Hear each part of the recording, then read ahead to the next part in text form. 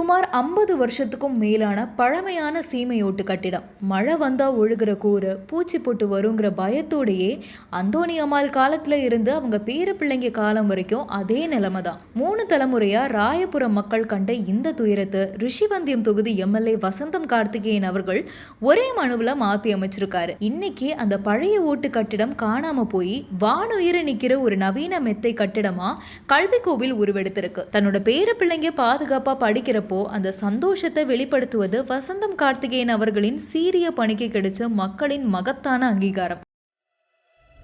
என் பேர் அந்தோணி அம்மாள். எங்கள் ஊர் ராயபுரம், ஒரு சிறிய கிராமம், ரிஷிவந்தியம் தொகுதி. இந்த ஸ்கூலில் நான் படிக்கக்குள்ள இது சீமை ஓடா இருந்துச்சு.